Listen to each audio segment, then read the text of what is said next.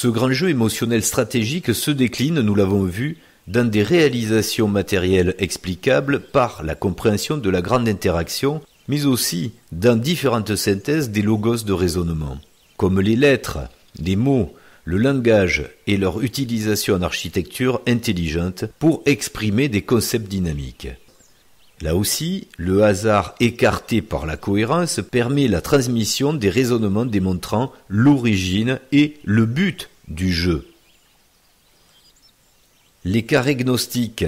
Pour comprendre en conscience l'organisation de la matière, les cathares connaissent la science philosophique du carré Sator. Et pour en préciser les caractéristiques différentes dans l'univers absolu ou relatif, ils connaissent le carré de leur propre nom, cathare.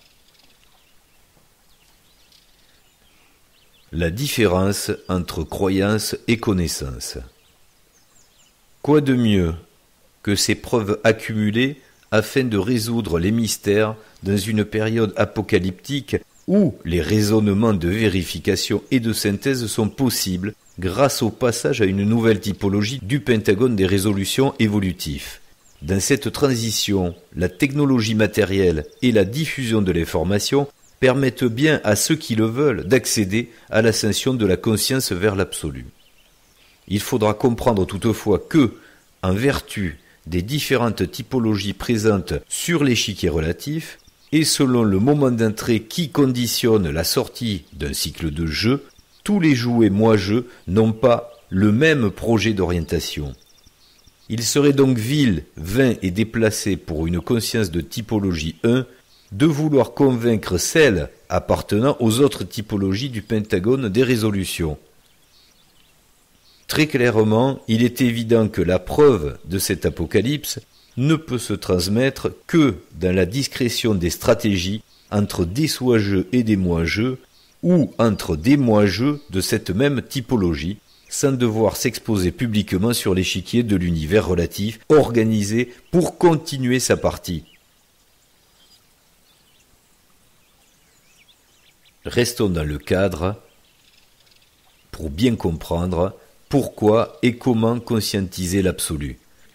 L'univers absolu doit être précisé dans ses raisons de garantir éternellement justesse et constance du bon, du beau, du vrai, en compréhension logique des raisons qui nécessitent la création d'un univers relatif. Ce moment favorable, apocalyptique du jeu, a permis la synthèse des moi-jeux cathares sur leur propre histoire et leur passage sur les chemins largement autour de la région du Bugarak.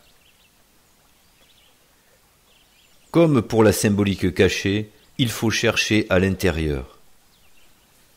La causalité émotionnelle du jeu, la conscience de l'interaction à quatre. Dans leur schéma d'idée de l'amour immortel, les cathares ont rendu utile la carte pour s'orienter et les cartes à jouer au jeu des quatre.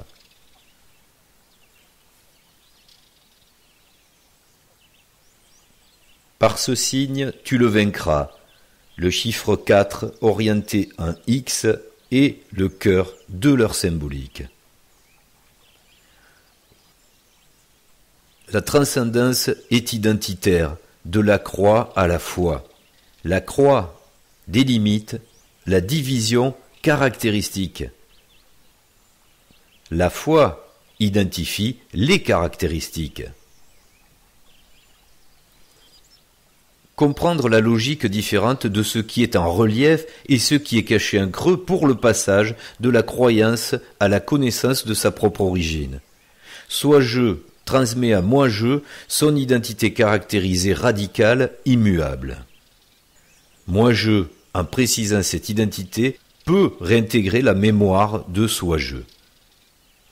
Une ancienne coutume de liaison symbolique consistait à chercher une découverte rare et heureuse matérialisée dans une mutation exceptionnelle d'un trèfle précieux. Le trèfle à 4 feuilles porte bonheur pour se reconnaître et se retrouver.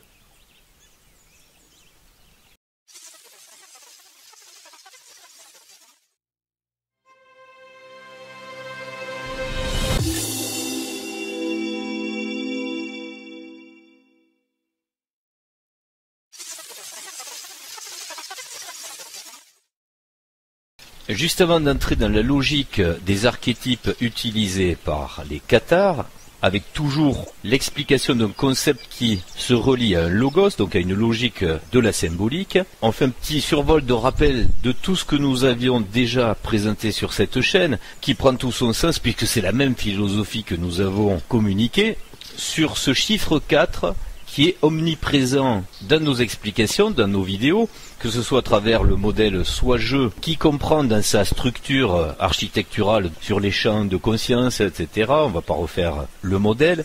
Cette présentation qui, à chaque fois, avec cette perception à assimiler de 4 intervenants dans ce jeu d'interaction entre l'absolu et le relatif.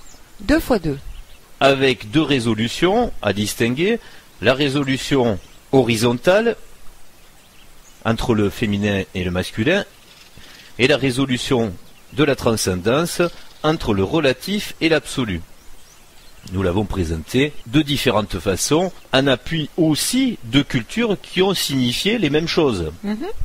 Tout en rappelant au passage qu'il y a bien une causalité à tout ça, contrairement à ce que j'ai entendu dernièrement sur du New Age qui s'en réfère à des compréhensions de synchronicité, qui avançait de la non-causalité de ce jeu avec un futur déjà déterminé, ce qui est tout à fait l'opposé de ce que nous présentons là, qui a bien une causalité et un futur qui reste dans le libre arbitre, tout ceci évidemment qui est relié au but du jeu d'engendrer des émotions totalement impossibles dans l'absolu, à retrouver exclusivement dans cette création de cet émotionnel du jeu dans le relatif.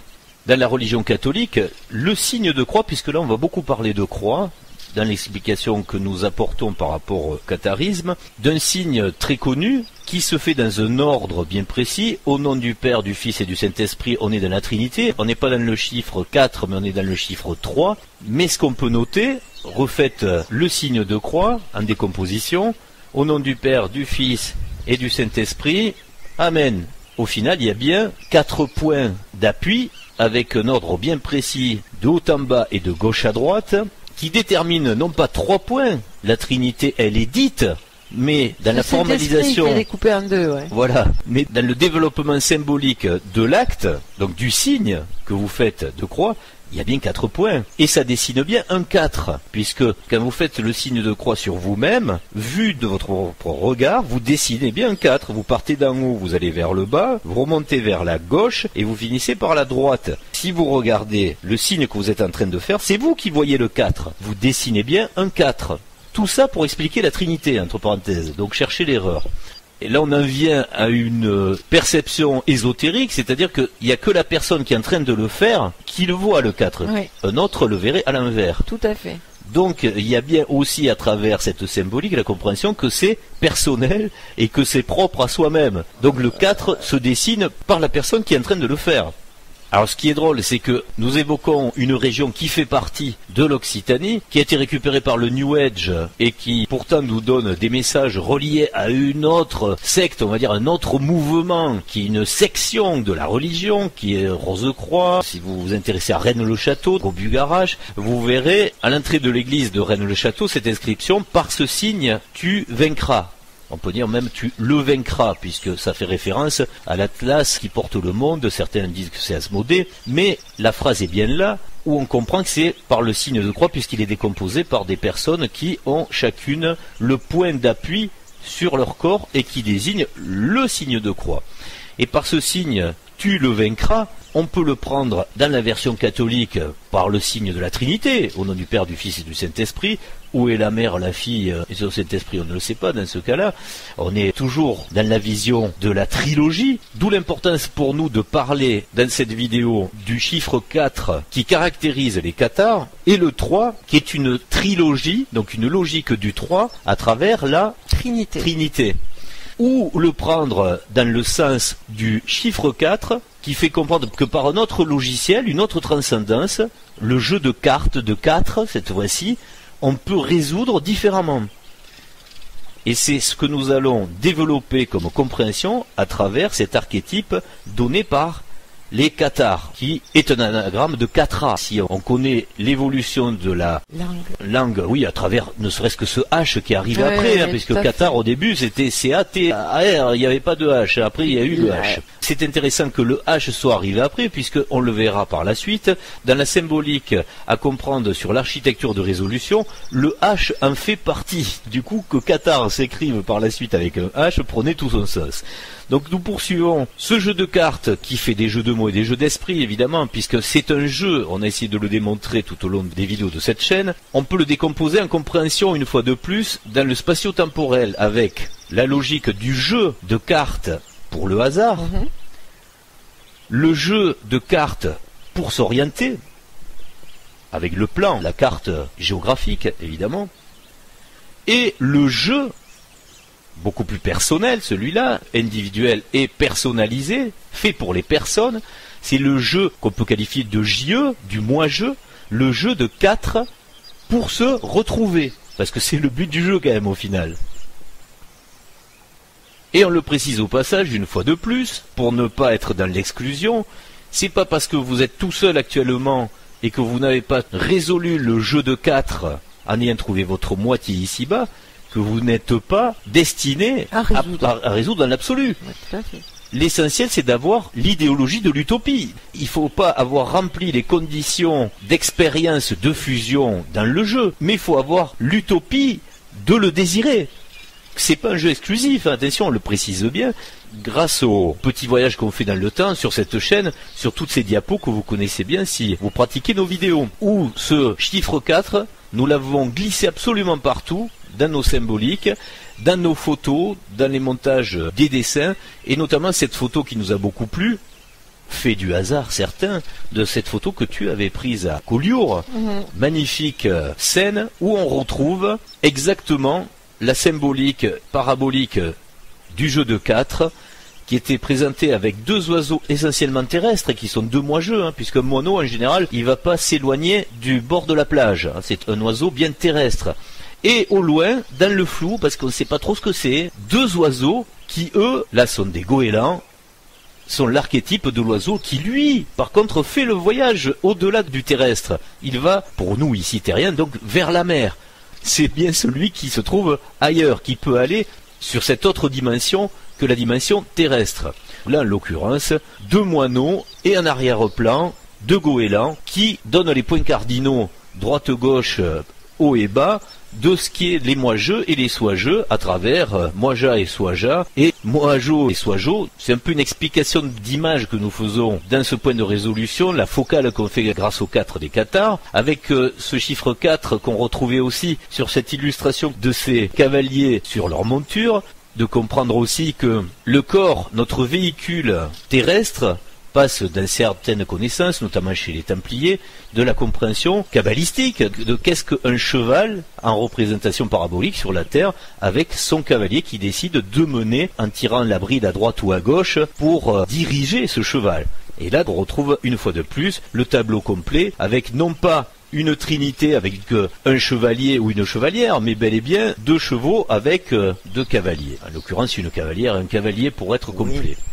On rappelle que le jeu de ces 4 intervenants, c'est bien résumé sur cette affichette qui expliquait la différence et le passage du relatif à l'absolu. On ne va pas citer ces conditions, elles y sont, vous les connaissez, vous pouvez les étudier à tête reposée, tout en rappelant juste, pour synthétiser, qu'on passe d'un relatif de stratégie de survie à un absolu d'art de vivre, qui lui-même donc a créé cette stratégie de survie pour pouvoir exercer la causalité, puisqu'il y en a une, c'est cet émotif bien pourri, et aussi le plaisir de retrouver une fois de plus le goût de ne pas perdre cette bonne habitude d'avoir les bonnes émotions justement. Nous allons retrouver cette logique dans une symbolique laissée notamment à Montségur, qu'on retrouve dans plein d'autres régions. Il s'agit d'une croix circulaire. Et là, nous rentrons dans l'habitude que nous avons donnée d'explication d'une symbolique, sa logique de manifestation géométrique, de compréhension de ce qui est exprimé dans la forme, avec une dichotomie que nous allons une fois de plus explorer sur des différences sur ces croix. Alors, cette croix qu'on trouve à Montségur est une croix circulaire où on peut remarquer que nous ne sommes pas sur une croix conventionnelle, on va dire catholique, avec deux droites régulières, mais bien avec chaque départ par rapport au centre qui est ouvert. Et oui. C'est pas parallèle, donc c'est bien un angle ouvert. Et vous allez comprendre la subtilité que nous avions d'ailleurs aussi beaucoup utilisée à travers ce flash de lumière dans la forme que nous évoquons de cette croix ouverte, qui est aussi une signature lumineuse. On peut remarquer également, pour bien souligner la circularité, que le côté féminin, si vous êtes habitué à la compréhension qu'on a déjà expliquée, notamment sur la vidéo, sur la symbolique absolue, avec la pyramide, de la quadrature du cercle, qui est la résolution parfaite, oui, entre le carré et le cercle de même périmètre. Ça, tout à fait. Là, nous voyons bien que nous sommes sur une expression féminine de la résolution, avec cette croix qui s'inscrit dans un cercle et qui a elle-même en son cœur un cercle. Un petit rond. Voilà. Et là, une compréhension doit arriver, et ça c'est tout à fait gnostique et représentatif d'une connaissance qui va développer un concept, d'où l'intérêt à comprendre qu'à travers cette géométrie on va développer aussi une idée philosophique, c'est que notre mental est toujours habitué à saisir, à appréhender ce qui est en relief. Tout à fait. Pour nous, la lecture... C'est ce qu'on voit en premier. Voilà, c'est ce qu'on voit en premier. La lecture d'un objet nous donne à réflexe, on va dire à habitude, d'interpréter non pas ce qu'il y a en creux, mais ce qu'il y a en relief. Donc ce que nous voyons dans cette croix circulaire, c'est la partie qui est vers nous, c'est celle qui nous parle, et on a tendance, et c'est ce qui explique l'occulte, le caché, on a tendance à balayer l'expression de ce qui est en creux. Dans cette croix circulaire, notre logique ne voit pas le X. Elle voit donc l'attribution horizontale et verticale de ce qui est en relief, mais là, si vous vous concentrez, puisqu'on le dit, vous pouvez y voir la partie en creux qui forme bien un X. Et l'autre partie, ce serait une croix qu'on pourrait qualifier d'additionnelle, hein, c'est ce qui est celle du signe plus. Et l'autre, c'est le multiplié, donc fois. On va le voir plus tard, c'est un jeu de mots, un jeu d'esprit pour faire comprendre qu'il y a une croix qui est celle de la foi. Ce qui va attirer notre attention, c'est à travers cette symbolique de trouver la compréhension de cette croix circulaire qui représenterait le côté féminin, le côté lunaire, qui ne manque pas de lumière, il faut bien le dire au passage, et une autre croix qui est bien connue. On n'est pas dans la religion, là, une fois de plus, on est dans l'explication de la symbolique d'une croix qui est utilisée dans ce qu'on appelle la rose. Cette rose est fantastique, et celle-ci, c'est la rose des vents, puisqu'elle est manifestée dans des forces éoliennes, et qui nous permet aussi de nous situer sur une carte, hein, puisque c'est ce qui va déterminer l'orientation à travers cette rose des vents. Alors pourquoi elle serait, elle, solaire et masculine ? Mais tout simplement parce que vous comprendrez l'inverse avec la croix circulaire précédente, qui, elle, représente la sphère féconde, contrairement à celle-ci, que nous avons mixée d'ailleurs avec un cercle à l'arrière pour bien faire le parallèle, avec la partie dynamique, donc la partie masculine. C'est toujours la même histoire à comprendre, des opposés qui se complètent.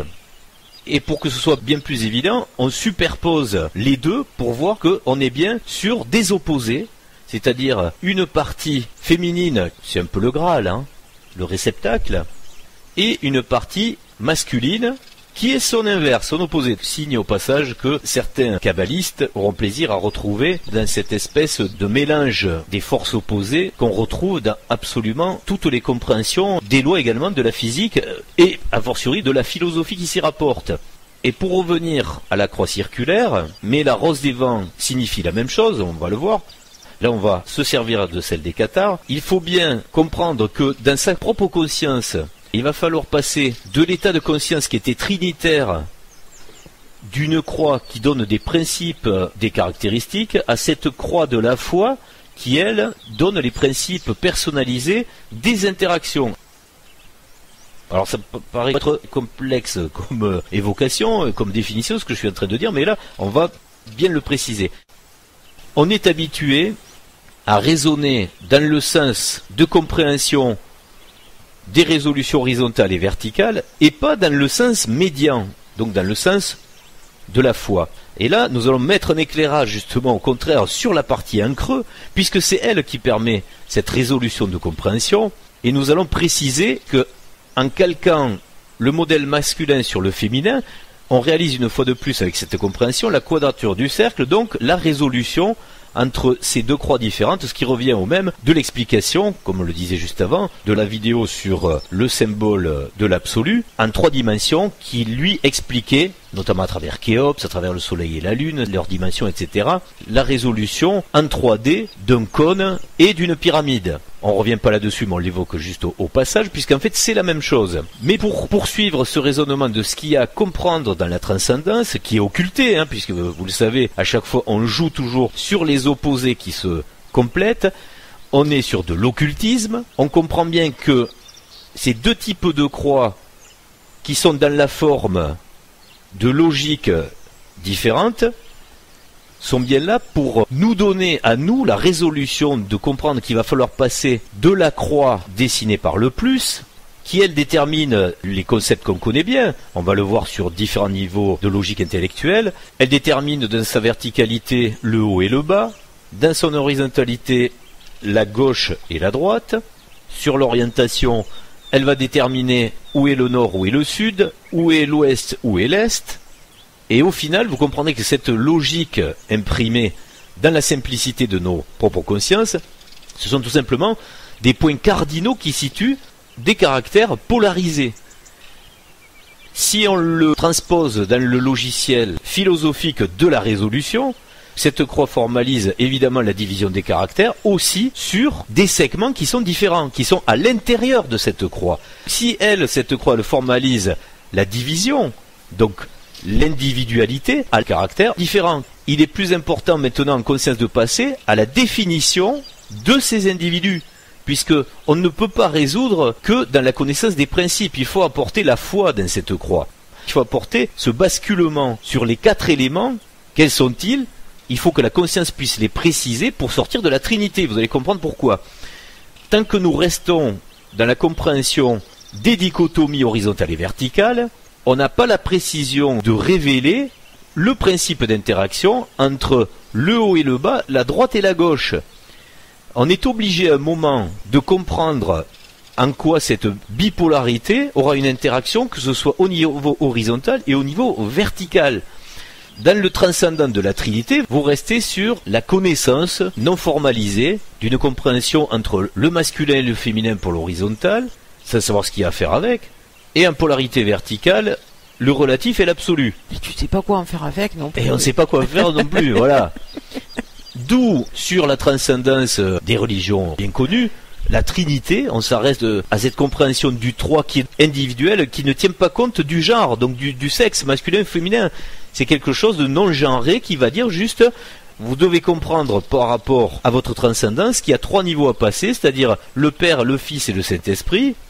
Le Père étant non pas peut-être ce qu'on peut appeler Dieu, mais votre version divine, c'est-à-dire le soi-je, qui n'est pas genré, c'est pas soi-je et soi-je, donc on est dans le flou absolu du soi-je, pour ceux qui intègrent qu'on est dans la transcendance d'avoir un soi, et en partie relative d'être le Fils, et là on ne parle pas de la fille évidemment, et entre les deux, il y a ce continuum qui est l'âme, ce Saint-Esprit, le point commun de jonction entre la conscience du moi-je et la conscience du soi-je.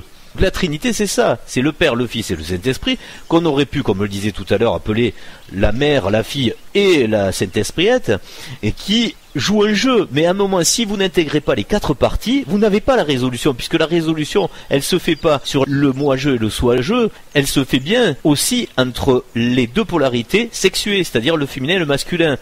Il va falloir épouser l'idéal en tant que moi-je d'avoir sa moitié, donc entre le moi-je et la moi-ja, pour pouvoir recoller avec cette utopie relative terrestre d'un désir de revenir à cet état radical, originel, qui est parfait, lui, celui de l'absolu avec la soi-ja et le soi-jo. Donc tant que vous êtes dans la Trinité, vous n'avez pas la résolution puisqu'elle ne fournit pas la solution à travers l'association des 2 jumeaux sexués.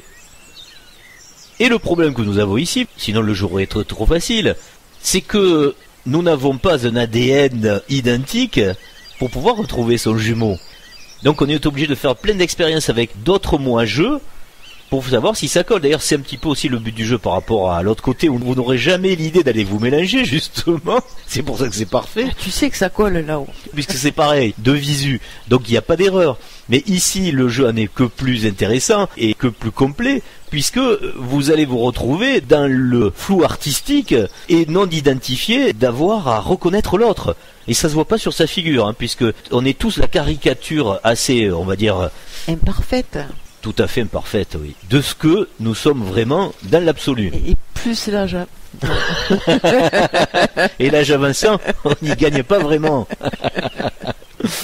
On peut bien dire que la croix formalise la division des caractères, mais elle ne résout rien. La foi révèle le principe d'interaction. Donc ce foi, là, se multiplier, va donner la clé de l'interaction à résoudre.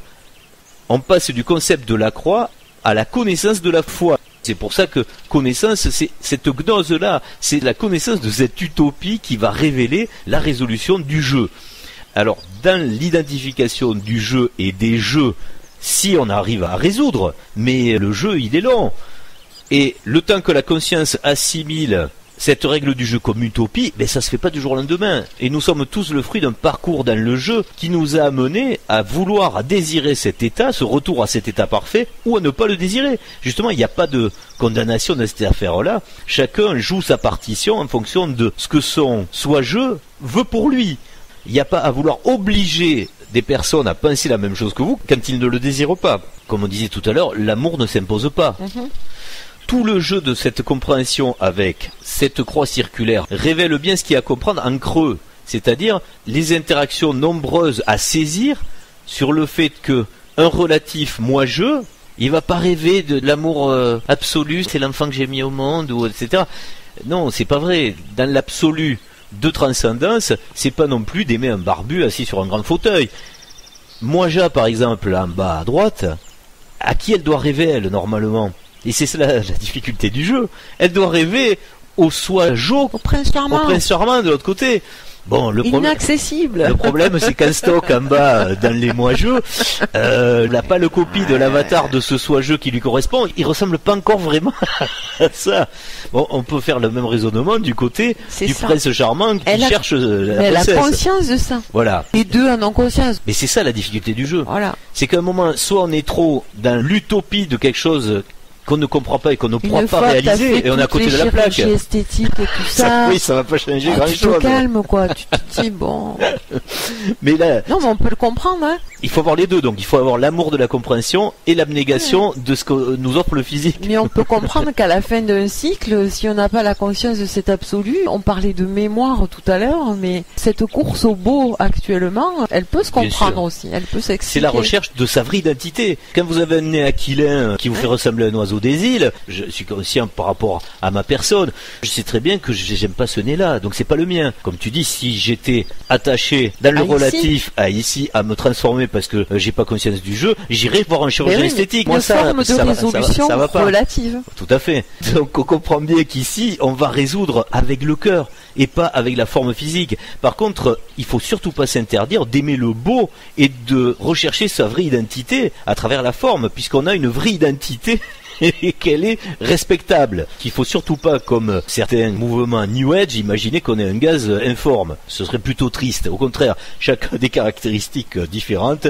et qui lui sont très spécifiques. Et justement, comme Dieu a bien fait les choses, sans rentrer dans les détails, il a fait en sorte que chaque couple de soi-jeu trouve cette forme la plus belle, la plus extraordinaire. Donc fatalement, quand il se voit dans son miroir opposé, féminin ou masculin, il n'y a pas mieux pour chacun des deux, soit Jo et soit Ja. Donc ce jeu de 4 à résoudre quelque part par la foi, mais la foi en quoi? Justement, est-ce que c'est la foi d'un vieux monsieur barbu assis sur le fauteuil, qui faisait preuve d'une autorité certaine? Ou est-ce que ce serait une foi par la compréhension de ce jeu d'interaction, de cette croix basculée? C'est l'instinct X, comme chanteraient certaines. Alors, c'est pas que sexuel, comme dans la chanson, c'est à double sens. D'où la double compréhension de ce fameux instinct X qui ne se comprend pas que dans sa jouissance orgasmique. Comme ça, on a tout mis dans le même paquet, qui est transcendant lorsqu'il est justement dans l'amour du cœur. mais aussi dans un second plan beaucoup plus ésotérique et de l'architecture du jeu, de comprendre l'interaction avec ces 4 personnes. C'est bien un jeu de 4 à résoudre par cette connaissance du jeu. Et malheureusement, ou heureusement, puisque le jeu est fait pour ça, quand on n'en connaît pas la raison des règles, on est perdu dans la résolution. Et là, hasard ou pas, sur la photo que tu as prise à Montségur, il y avait un bouton d'or posé sur cette croix circulaire. Voilà. Et là, apparemment, c'est quand même Moija qui offre à l'astre solaire, à l'homme, de se révéler. Donc quand même, à un moment, il y a une responsabilité du féminin aussi. Il n'y a pas que une problématique de l'homme à se transformer sur cette fin des temps. Il faut bien à un moment que le côté féminin, Moija qui offre l'occasion de briller à Moijo. Sans le vouloir, tu as glissé un message qui allait se révéler très efficace pour la diapositive que nous utilisons aujourd'hui. Il n'y a pas de hasard. Il n'y a que des préméditations. Tu l'avais donc prémédité. C'est pas moi, hein. Toujours est-il qu'on essaye aujourd'hui, à travers ce logiciel Qatar, de comprendre la symbolique, l'éclairage sur ce jeu de 4. La Trinité a le risque d'enfermer dans cet individualisme non genré et qui ne donne donc pas la résolution par le couple. Et le Qatar, il amène bien ce concept-là, cette philosophie de comprendre que pour rejoindre l'utopie, il faut d'abord commencer dans le relatif par une idéologie du couple. On peut bien dire, pour faire la transition, qu'en creux, il y a bien 4 cœurs qui battent, individuels et genrés. Les 2 d'en haut dépendent des 2 d'en bas, les 2 de droite dépendent des 2 de gauche, les 2 de gauche dépendent des 2 de droite. C'est un jeu interactif absolu sur ces 4 parties.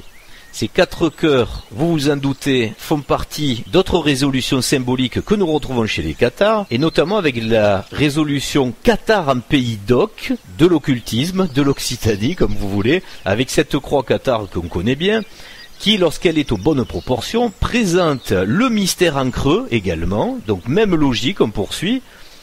D'habitude, vous voyez la partie de cette croix métallique, puisque en général celle-ci est faite en métal, qui présente ce qu'on appelle ces pointes pâtées. C'est une croix pâtée. Alors dans l'explication, ça n'a rien à voir avec la charcuterie, hein, toi qui parlais tout à l'heure de rôtisserie, une fois de plus on nous mettrait la charcuterie sur le dos des Cathares. Mais ce qui va nous intéresser, c'est pas cette partie-là, voilà.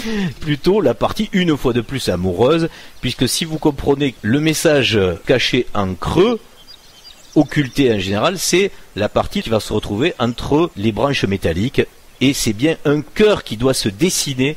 D'ailleurs, il existe une version qu'on retrouve sculptée notamment autour de Rennes-le-Château, de cette croix cathare, qui, celle-ci, n'offre pas de mystère, elle est moins secrète. On a carrément formalisé les 4 cœurs, mais certaines n'y voient pas les 4 cœurs, hein. Ils voient toujours une croix stylisée. C'est là que cette compréhension de l'occultisme et du mystère de ce qui est sous-jacent, de ce qui est caché, est toujours dans l'esprit de la nécessité à cacher le message dans une époque où il n'est pas divulgable, et là on peut le faire en toute liberté. Ce mécanisme de comprendre ce qui est occulte, ce qui est caché tout le temps, pourrait être médité à travers 2 phrases dont la phonétique est identique, mais dont l'idée est différente. Ce qui est caché par ce qu'on ne voit pas, c'est exactement la même chose à comprendre par la phrase « ce qui est caché par ce qu'on ne voit pas ». C'est très vrai. Ça ouvre une méditation assez large. Tout à fait. Pour revenir à cette croix pâtée beaucoup plus répandue, plus connue, qui n'a rien à voir avec une croix charcutière, hein. Je précise pourquoi, parce que pâtée, l'explication, c'est pour faire référence aux pattes de certaines bestioles qui sont interdites dans certaines religions, qui ont le sabot fendu en 2. Mais revenons au cœur. On décroche pas là, on décroche pas. Cette croix pâtée, elle fait pas que signifier 4 cœurs. Elle nous donne aussi à comprendre, du côté du cachet, dans la verdure végétale cette fois, une architecture qu'on connaît bien, dans un référentiel, dans le parallèle de la métaphysique, de la génétique extraordinaire, dans certaines mutations végétales. Cette architecture en creux de cette croix présente aussi, outre 4 cœurs rouges, donc si c'est vert, ça nous fait penser à trouver un trèfle à 4 feuilles, le signe de la chance amoureuse. Pour revenir à des symboliques et des traditions que nous avons laissées, tout comme dans les fêtes de Pâques, on aura l'occasion d'ailleurs d'en reparler, mais dans les années qui viennent, des us et coutumes ont été laissés pour faire comprendre cette transition du poisson au Verseau. Là, nous avons une histoire qui peut-être tend à se perdre, mais nous faisons partie d'une génération où trouver un trèfle à 4 feuilles, c'était quand même le signe de la chance amoureuse. Le plaisir de trouver dans un champ quand on compte fleurette, quand il y avait un brin de métaphysique qui se manifestait, on dit, ah, un trèfle à 4 feuilles, vous trouvez l'amour. Ce qui est drôle aujourd'hui, c'est que c'est quand même traduit dans la symbolique des marchands du temple, on va dire, et des jeux de hasard, par une entreprise bien connue qui était avant la Française des Jeux, qui est, même si elle est privatisée, a gardé dans ses logos cette symbolique. La chance. Voilà, là on l'a transmis dans la chance, mais ils ont mis un carreau à l'intérieur. C'est plus une histoire de cœur, c'est la chance de gagner de l'argent. Mais il faut bien se dire, et peut-être les plus anciens s'en souviendront, que la chance, mais ça s'offrait. Elle était plus dans le fait d'offrir à sa moitié. Voilà. Tu cherchais le trèfle à 4 feuilles et tu l'offrais à... Ça dulciné. Soit vous pensez que la métaphysique peut être organisée, et là, il y avait évidemment un acte qui sortait du relatif. Mais c'était un peu ça, c'est que comme c'est rare, si tu en trouvais un, ça voulait dire que celle à qui tu l'offrais, c'était un gage de validation métaphysique que ce couple était... sacré. Oui. Alors, ou consacré. Ce qui est rigolo, une fois de plus, on joue toujours avec la logique, c'est que cette mutation, d'ailleurs si vous regardez sur la définition purement cartésienne de ce végétal, c'est une mutation rare, hein. C'est quelque chose qui n'a pas un sens explicable dans la génétique végétale. Il n'y a pas de but à ça, on va dire. Par contre, ce qui est très clairement mis en évidence sur le concept, on revient à ce qu'on disait juste avant, c'est une mutation intéressante dans le concept du 3 au 4, hein, c'est-à-dire de la compréhension d'une trinité au jeu de 4. C'est une symbolique à travers des coutumes, à travers des histoires amoureuses qui ont été transmises, qui se perdent malheureusement, c'est vrai, mais qui ont existé sur le fait de perpétuer cette compréhension des 4 amoureux à travers le trèfle à 4 feuilles. Dans cette vidéo, on essaie de faire le tour de ce qui va rassembler cette amulette de réveil à cette utopie fondamentale. Et à chaque fois, vous aurez compris qu'on joue. C'est un jeu dans la symbolique manifestée à travers des dessins, à travers des géométries, sur ce qui se rapporte à cette résolution qui se joue à 4, et de tous ces éléments, ces indices que nous avons laissés dans la matrice relative, qui demandent d'être résolus, et ne serait-ce que par la langue. Et là, on s'écarte un petit peu du catharisme, mais au passage, c'était l'occasion de le formaliser, la langue française étant quelque chose de plus abouti, évidemment, que l'occitan. D'ailleurs, si vous comprenez le modèle retour vers le soi-je, vous comprenez en fait pourquoi une langue qui arrivait après, qui en fait a toujours existé dans l'absolu, peut être plus précise et plus intéressante, ne serait-ce qu'avec le langage des oiseaux, qu'un patois occitan, tout comme la langue anglaise, qui sont des langues pauvres et très réduites. Il y en a qui vont faire des bons, là. Il y en a qui vont... La langue de Shakespeare. Non, mais à un moment, la chronologie n'étant pas celle qu'on imagine dans le relatif, mais qui a une compréhension doublée par la causalité du jeu avec la métaphysique, vous comprenez bien qu'il y a une chute dans l'incompréhension à un moment et dans l'inculture qui fait qu'on pense trouver une culture qu'on crée à mesure, alors que non, elle est tout simplement transmise. C'est comme l'histoire de ceux qui font des mesures partout avec Google Earth concernant des implantations de différents artefacts qui ont des messages à nous délivrer clairement, ont du mal à comprendre comment des personnes à une certaine époque auraient eu une technologie pour pouvoir implanter dans ces lieux une telle précision de messages qui joue avec pi et phi, etc. On ne va pas rentrer dans les détails. Reste dans ce mystère de ne pas comprendre que l'avatar moi-je répond lui à des intuitions, mais qui sont quelquefois des ordres très précis du soi-je, qui va lui expliquer que oh tiens, ce serait bien de construire le château dans cette plaine. Ah ben je sais pas pourquoi ça me plaît ici, on va faire le château ici. Vous comprenez bien qu'il n'y a pas eu que des sociétés secrètes d'initiés dans cette affaire. Il n'y a pas eu que des gens inspirés et surtout qui bénéficient de satellites de communication, de géodésie pour pouvoir implanter à des endroits des messages qui nous sont destinés pour nous aujourd'hui, nous qui avons les moyens technologiques de vérification. Avec le modèle de retour vers le soi-je, vous pouvez bien comprendre que c'est rationnel dans la relation qu'il y a entre un soi-je et un moi-je de construire les éléments rationnels d'explication de la fin des temps. Bon, on n'en dira pas plus, mais peut-être un jour on développera ça plus précisément dans une vidéo spécifique. Mais là, c'est la même chose à comprendre dans le langage. Pourquoi à un moment le français serait plus évolué? C'est l'inverse que nous avons induit par le darwinisme également, de penser que nous sommes ici pour évoluer. Et en fait, c'est une découverte juste adaptative de ce qui existe déjà. Que la langue en est aussi la pure démonstration. Allez, on avance avec un dernier aspect métaphysique avant de tenir la promesse de Bélibast qu'à 700 ans, nous redirions des vers, et des vers bien particuliers, avec juste un autre élément symbolique qui nous a frappé dans notre propre parcours de recherche et qui nous avait amené sur les traces d'un alchimiste, si ce n'est l'alchimiste Fulcanelli, qui nous avait entraîné à Hendaye, rappelle-toi, dans une belle épopée de la découverte d'un château du maire d'Hendaye qui s'était occupé d'ailleurs de cette croix qu'on retrouve sur un ouvrage qui n'est pas sorti, évidemment, Finis Gloria Mundi de Fulcanelli, qui devait être l'illustration de ce dernier ouvrage d'une personne au courant d'un calendrier, à une époque où nous cherchions nous aussi à comprendre la fin précise de ces tribulations. Sur cette croix, à Hendaye, se trouve, à côté de l'église, cet artefact qui avait attiré notre attention lorsqu'on l'a vu sur le projet de photo de Fulcanelli. Et effectivement, on y a retrouvé des symboliques cathares. Alors, on a voulu aller faire un petit pèlerinage sur place pour aller voir si ça nous inspirait des compréhensions. Je précise bien, attention, là ce serait peut-être par rapport à Jacques Grimaud, qui sait exactement ce qui se passe avec Fulcanelli. Là nous sommes dans l'incompréhension, on ne peut pas faire le lien. Pour nous, par rapport à notre symbolique et à notre logique qui se rattache à tous les éléments que nous venons de visiter, nous allons une fois de plus en faire le parallèle et comprendre que cette croix détient absolument tous les ingrédients de résolution que nous avions chez les cathares. Du coup, s'il y a une corrélation à faire avec Fulcanelli, est-ce qu'elle est dans l'alchimie? Est-ce qu'il y avait des chemins croisés entre les Templiers et les cathares? Je ne sais pas. Chacun a eu peut-être dans son martyre un message final. En tout cas, ils avaient tous des moyens d'expression qui étaient tous hermétiques, puisqu'ils savaient qu'ils étaient tous potentiellement pourchassables. Oui, puisque dans le message final, Jacques de Molay, sur son bûcher, a annoncé une phrase finale, lui aussi. Quelque chose d'hermétique pour que ça dure dans le temps et puisse être lu par ceux qui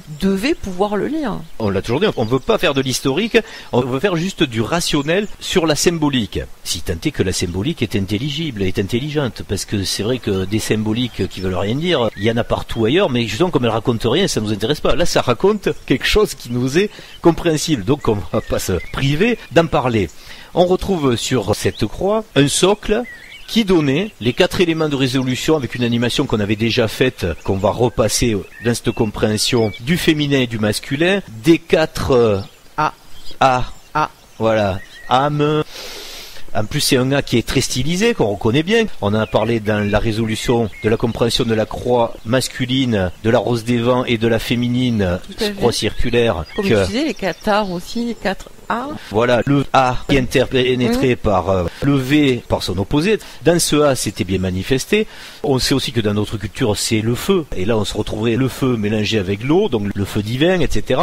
On rentre pas dans ces détails, mais vous comprendrez que on a voulu manifester là, on voit bien, le déroulé de la compréhension avec l'étoile à 8 branches de la rose des vents. On retrouve aussi la croix de l'illumination de la compréhension. Vénus, Saturne, le féminin masculin. Avec le soleil et la lune. Finis Gloria Mundi, on imagine bien que c'est en rapport avec ces étoiles qui vont tomber à un moment, là qui se trouvent autour du soleil. L'espèce de calendrier. On avait laissé l'histoire là, du calendrier avec les 4 ères aussi, puisque A, ce sont les ères, de l'ère de l'âge d'or jusqu'à la dernière ère de l'âge de fer. Et là, la première fois que nous avions évoqué cette croix, on s'était arrêté au symbolique du socle. Mais là, comme nous avons la résolution finale avec les cathares sur cette vidéo, nous allons terminer l'explication de cette croix avec ce qu'il y avait écrit dessus et qui colle à la rationalité que nous avons logiquement développée dans cette vidéo. Qu'il est écrit sur cette croix, toi qui parles parfaitement latin, je le dis à ta place, au crux, ou certains diront au crux, on est français alors on va dire au crux. D'ailleurs dans le mot même de croix qui a un X à la fin, dans au crux, au C dans un autre ordre qui a le O et le C, donc le soleil et la lune, enfin l'occulte, tout ça c'est un jeu très complexe mais qui a une vraie logique. Et le fait de s'y pencher vous fait prendre des chemins de résolution dans les méandres de ce qui est l'intelligence du divin. de cette fameuse fraction divine qui passe par la moitié, le 0,5, le 10-20. C'est la résolution au passage. Donc, au crux ave spes unica. Ce qui veut dire en français, salut, ô croix, unique espérance. Donc là, on est quand même sur des résolutions assez sévères. Hein. C'est l'unique espérance, il n'y en a pas d'autre. Hein. Tu dis ça, salut, comme si tu lui parlais. Tu la salues pas. C'est un salut. Par le salut, tu veux dire. C'est pas le salut du bonjour. Oui. C'est le salut final, tu veux dire. Tu dis pas salut. Oui, mais comme tout. Ça va ce matin. Oui, il y a toujours deux sens. Donc du coup, faut évoquer les deux. Et c'est là qu'on va le voir. Elle est hermétique, cette croix, évidemment. Il y a le sens commun, genre avec César, avec le salut romain. Salut, oh, toi, grande croix, unique espérance des lauriers. Hein, voilà. Et puis il y a le sens caché qui est différent, qui est par le salut final. La voie du salut. Quoi. Voilà, il y a une croix à trouver, mais c'est peut-être pas celle que tu crois. Salut, c'est se sauver là. Voilà, c'est se sauver. C'est pas se dire bonjour, c'est se sauver. Voilà. Tout à fait. Et c'est une espérance unique qui, ça fera pas plaisir au namasté, passe pas par la voie du 1, on va pas revenir au 1. Le 1, il existe déjà, on va pas le remplacer, il a tout fait bien comme il faut, et c'est pas un gaz non plus. La voie, elle est unique, mais les personnages sont plus nombreux que ça. La voie du salut, de la sortie, parce que c'est une sortie, hein. C'est pas les extraterrestres non plus, c'est pas... Ah, pour certains, ça le sera, mais c'est pas vers l'absolu. Là, voilà. C'est pas le message. Ah, là, on n'évoque pas les extraterrestres du tout, non. Unique espérance, ça veut dire ce que ça veut dire, c'est qu'il n'y a pas 36 000 sorties. Ça me fait penser pour les Hébreux, il y avait la même compréhension de la sortie d'Égypte. Oui. Quand on s'affranchit de l'esclavagisme, c'est le même scénario que nous vivons actuellement. De comprendre qu'il y a plusieurs stades de miracles, certains diront. Il y a ceux qui ne voulaient pas s'affranchir, donc qui restaient esclaves. Dans le scénario, il y a ceux qui ont réussi à ouvrir les eaux. Ça, c'est déjà plus miraculeux. Il faut déjà avoir plus de foi pour ouvrir les eaux. Mais il y avait une troisième voie, et qui est moins connue, qui est plus cachée. C'était la fuite par la pyramide. Et celle-là, elle est définitive. Hein. C'est pas la fuite par les eaux, ni rester sur Terre, c'est par les airs. C'est pour ça qu'il n'y a pas eu de reporter ce jour-là, voilà. pour aller voir ce qui se passait à l'intérieur. Donc, dans la fuite d'Égypte, il y a quand même quelque chose à comprendre, c'est que la troisième voie, c'est quand même la voie la plus intéressante, et malheureusement, elle est assez cachée. Il y en a encore beaucoup, là, pour la fin de ce jeu, qui veulent rester sur la Terre, comme à l'époque, hein. Beaucoup qui veulent partir à travers les mers, donc c'est toujours des migrations. Mais il y en a... dans des moments chaotiques. Voilà, mais il faut pas oublier qu'il y a une partie bien plus transcendante, qui est la fuite par la pyramide. C'est pour ça qu'on nous a laissé le jeu de l'architecture de cette pyramide à comprendre. Bon, alors, explication maintenant en forme par rapport à cette croix, pourquoi elle est hermétique et pourquoi il y a des choses à comprendre. Dans le texte, il y a une lecture, comme d'habitude, horizontale. La lecture horizontale, on y reviendra, elle possède un mystère qu'il faut résoudre. C'est pourquoi il y aurait cette faute, qui n'en est pas une, puisqu'on a affaire à des gens érudits. Ce S à la fin de Ave, qui fait Aves, n'a aucun sens, puisqu'après on n'est plus sur Spes, on est sur Pes. Donc ça ne va pas du tout, mais on verra pourquoi tout à l'heure. L'erreur a été sciemment introduite pour une réflexion logique. On fait la lecture horizontale, on a le sens avec les mots, mais ce qui est intéressant également, c'est par rapport aux mots qui sont donnés du concept exprimé horizontal, qui vous fait comprendre sa compréhension verticale. Et dans la compréhension verticale, on va retrouver en commun 6 lettres que nous interpréterons tout à l'heure, grâce à ce jeu d'erreurs. Et au plus haut point de la symbolique, on retrouve cette croix de la foi.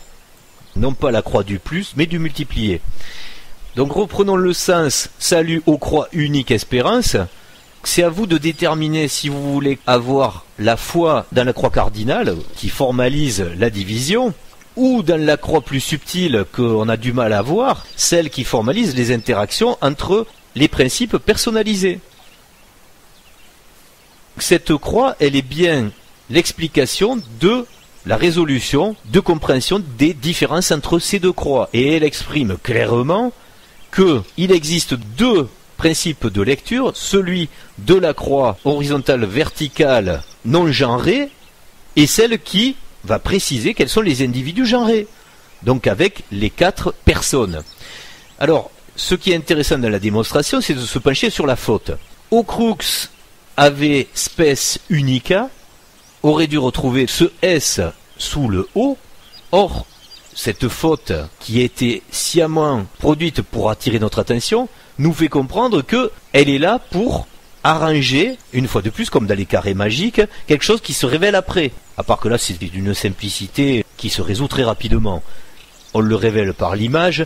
Ce qu'il y a à comprendre, c'est que ça veut faire respecter un alignement qui n'aurait pas donné la même formulation si on prend une lecture non plus dans le sens horizontal mais vertical, en occultant les parties des deux bras horizontaux. Là, pour l'instant, le O correspond au P, le C correspond au E, le R au S, le U au U, le X au N et le A au I. Alors, ce qui nous intéresse, c'est de savoir s'il y a un message sur O, P, C, E, R, S. Non, là, il n'y a rien. Sur V, C, K, non plus.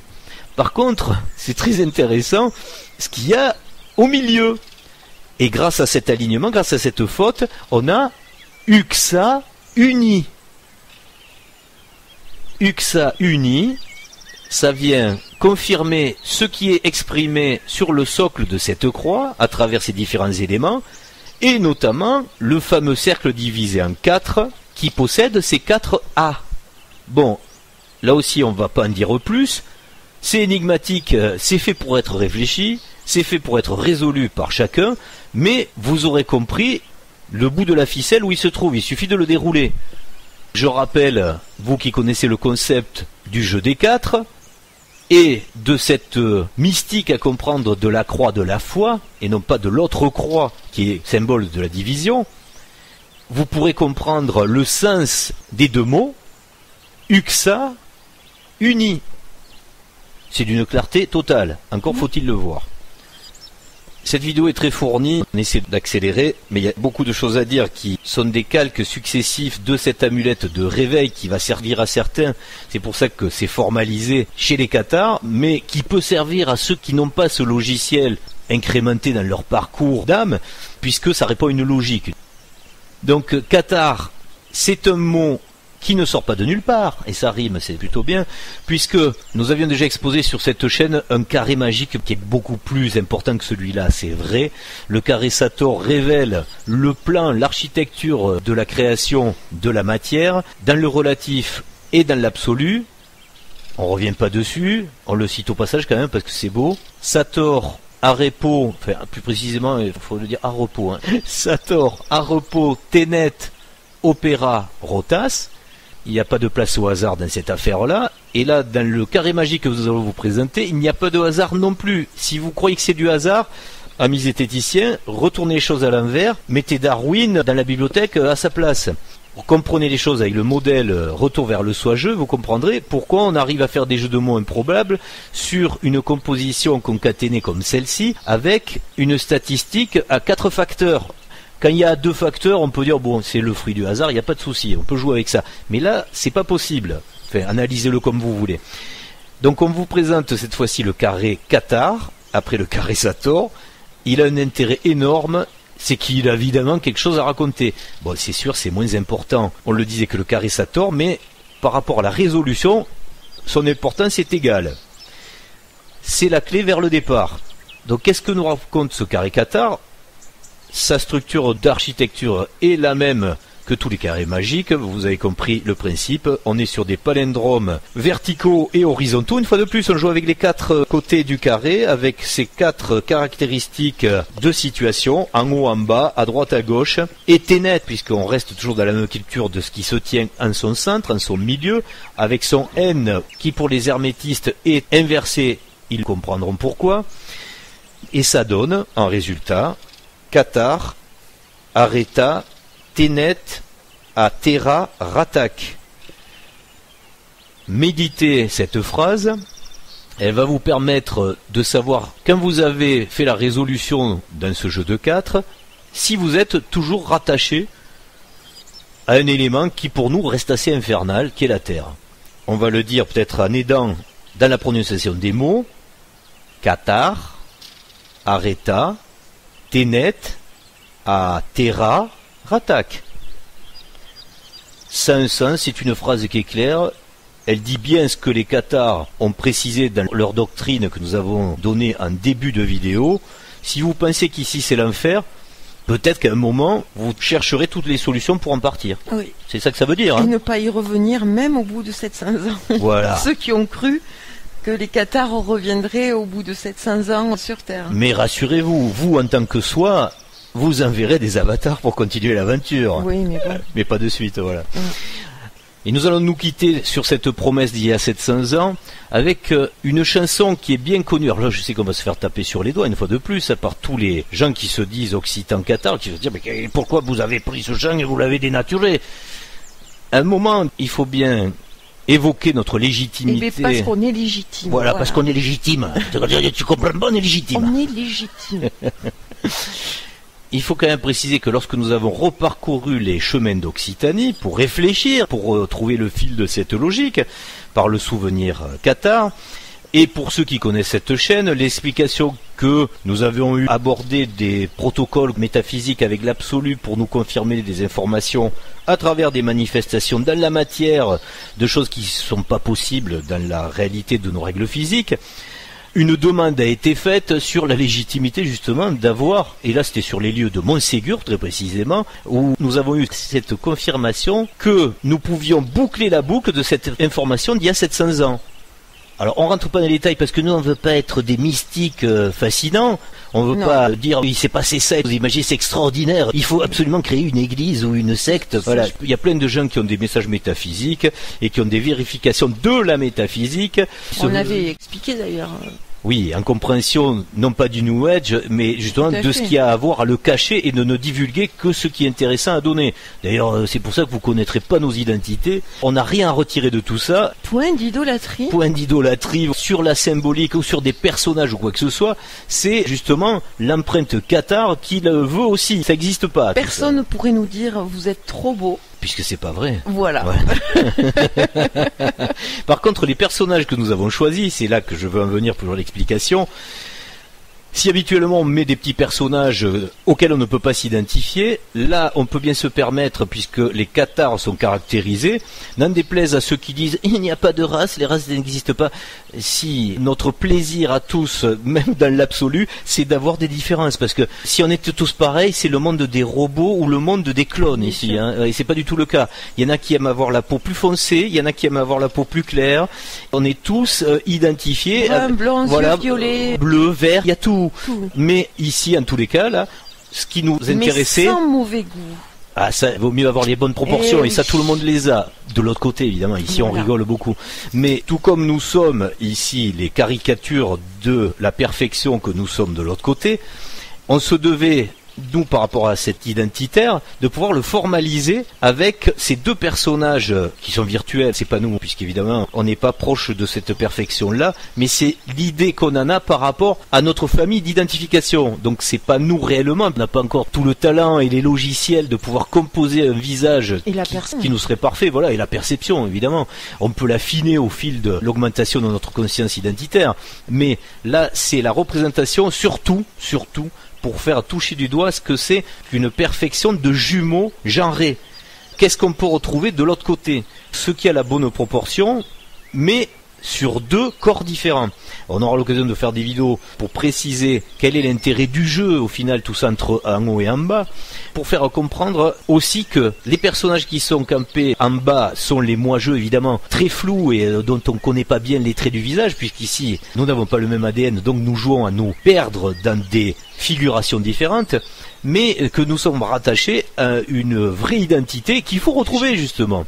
Et là, exceptionnellement, sur cette vidéo qui ne se veut pas forcément universelle, au niveau en tous les cas de l'identificatif, nous nous sommes permis de mettre ces deux visages.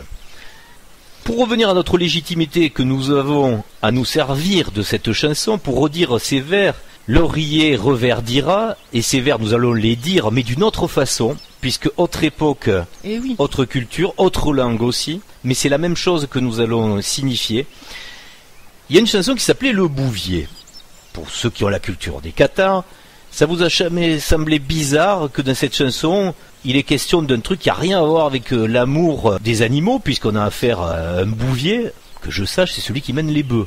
Et à entendre certaines personnes, pas plus tard que le week-end dernier, parler de ce qu'on faisait aux bœufs, c'était pas très tendre quand même, pour les faire avancer. Du coup, est-ce que vous pensez que cette chanson est un hymne au Qatar à travers leur dure vie de labeur parce qu'ils étaient bouviers, et parce que pour faire plaisir à sa moitié, quand elle va pas bien, on va lui offrir une soupe d'oiseau? Ou est-ce que ça veut dire autre chose? Évidemment que c'est hermétique, il y a un message. Et là, on est dans un message qui touche au plus haut point de la connaissance des dates, de la connaissance de la fin des temps, et pourquoi il y a réellement une vraie date de fin des temps de tout ce jeu. Une date qu'on garde quand on la connaît, puisqu'il n'y a aucun intérêt à vouloir mettre le feu à la maison. Déjà que quand ça va mal, les consciences s'apeurent et on fait n'importe quoi. On sait bien que le calendrier est fait pour amener à une résolution douce, enfin la plus douce possible, des personnes qui vont choisir et se positionner dans ces résolutions. Et la chanson de cette époque-là, elle faisait clairement référence à cette connaissance gnostique, mais du zodiaque. Le bouvier, donc c'est de l'astronomie. Il n'était pas question de faire des jeux de mots là avec des histoires de non-végétariens, mais avec des constellations qui se trouvent dans le ciel. Tu connais le bouvier? C'est dans le calendrier précessionnel un des éléments qui nous donne, parmi d'autres, le repère de ce calendrier de fin des temps, avec le fameux gardien de l'axe de l'ours, un axe qui nous correspond dans cette période de fin des temps du poisson pour passer au Verseau. Ce bouvier qui nous fait comprendre aussi toutes les légendes qui s'y rattachent, puisque l'ours, qui est Arcturus... Pas confondre avec Actarus. Et pourtant si, c'est la même chose, puisque Actarus et Goldorak, c'est également mystique, et c'est la même chose à comprendre.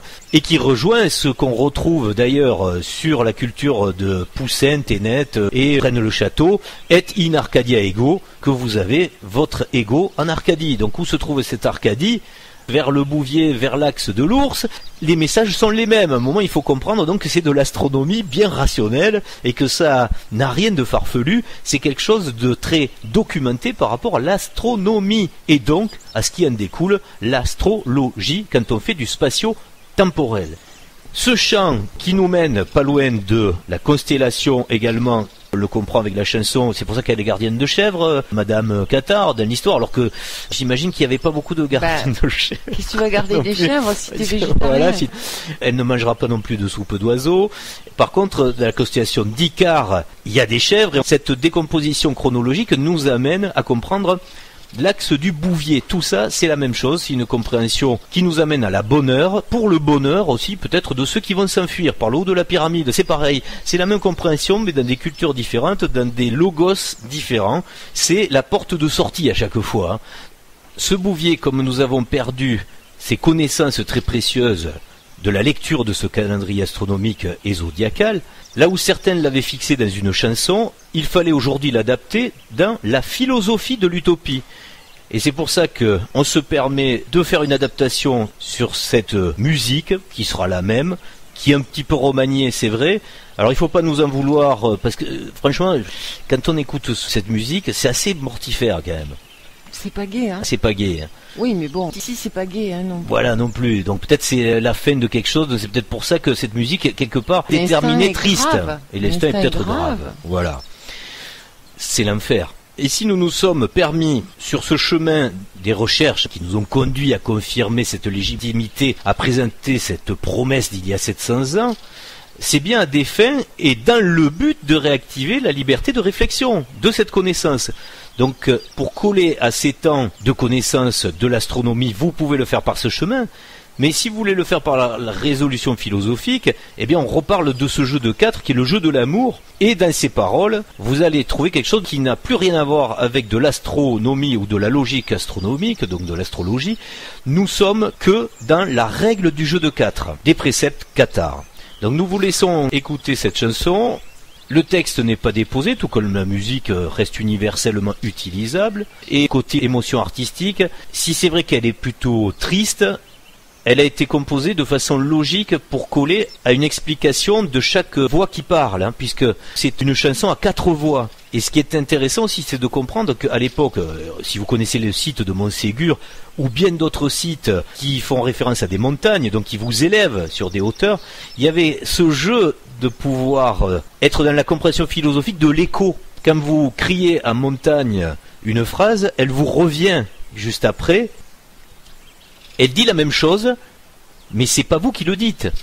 Il y a dans cette action-là qui s'appuie juste d'une expérience physique de propagation de vibrations dans l'air, mais qui a fait appel à une réalité de perception, c'est-à-dire donc là par contre une interprétation philosophique de la chose, un vrai rapport avec le moi-je et le soi-je. À un moment, c'est comprendre que moi-je va lancer une phrase, une idée, on dirait dans la philosophie, mais à un moment, soi-je lui répond. Ici, on ne comprend pas pourquoi, mais c'est la même chose. Ça veut dire que c'est bien relié, rattaché à la même identité, la même personne. Donc le moi-je et le soi-je. Et la montagne, avec son écho, formalisait ça dans la réalité des choses. Alors ce qui est rigolo, c'est qu'on a beaucoup joué avec ça aussi dans les chants, ce qui a permis de faire des canons, de belles choses avec ce phénomène harmonique, puisque au final, c'est de l'harmonie quand ça va se mélanger. Et nous, dans cette chanson, dans la composition musicale, nous avons voulu formaliser cette idée-là. C'est pour ça que c'est peut-être pas super beau à écouter, c'est pas les meilleures harmonies qu'on pourrait espérer de quelque chose de l'absolu et de parfait. Là, on est justement dans cette transition dans l'imparfait, avec cette compréhension des instruments qui ont été choisis pour coller aux caractéristiques de chaque personnage, puisque là, on va retrouver ce chant à 4 voix qui font s'exprimer moi-ja, moi-jo, soi-ja et soi-jo. Et dans cette chanson, dans les 9 couplets comme à l'origine, nous avons voulu respecter la même chronologie de départ de cette sortie du jeu, avec le même parallèle qui est non plus une compréhension d'azimut, de situation, d'orientation à travers les étoiles du ciel, mais ça revient au même, avec sa compréhension philosophique de la règle de ce jeu de 4, exprimée donc avec ce chant cathare. Je finirai avec cette idée de l'écho, se parler à soi en entendant et en attendant une réponse de ce jeu d'esprit entre le moi-je et le soi-je. Il faut arriver à reproduire ce qui est formalisé dans ce jeu d'écho avec des montagnes. Il faut en prendre conscience par rapport au quotidien, dans ces méditations, dans les idées qu'on lance vers l'absolu et dans les réponses qu'on en attend, puisque pour évoluer justement, il va falloir avoir des réponses qui viennent bien du soi-je. Au final, que comme dans la chanson, à chaque fois qu'il y a cet écho qui est un bis répétital, au final, il faudra arriver à ce que les deux avatars, puisque le jeu de 4 à 4, il y ait le même écho. Et donc que l'utopie soit la même pour les 4. La pensée, elle va être transversale, elle va être verticale et horizontale. C'est la foi. Voilà, pour avoir la foi. Et c'est la croix du milieu. Voilà, c'est le tout qui doit être résolu. Les axes unis. Voilà, à travers cet axe d'union, la résolution aussi bien donc du féminin et du masculin vertical que du masculin et du féminin vertical. Mais c'est comme un puzzle qui s'imbrique. Hein. C'est formidable. Nous aurons l'occasion de développer des explications de ce concept, de cette causalité qui est très compréhensive et qui est très nécessaire. C'est pas un jeu de l'horreur au final qu'on est venu vivre là, pourtant on l'a vu, mais c'est au contraire pour que dans le côté parfait, ce soit toujours parfait. Voilà, et ça on aura l'occasion de le développer. Je voulais finir sur ce côté très positif, de laisser quand même sur des émotions plutôt de bonheur et d'amour. Avec la chanson, ça va être bien. Ah, non, c'est sûr. On se retrouve très bientôt pour la suite de ces tribulations de la fin des temps. À bientôt. Au revoir.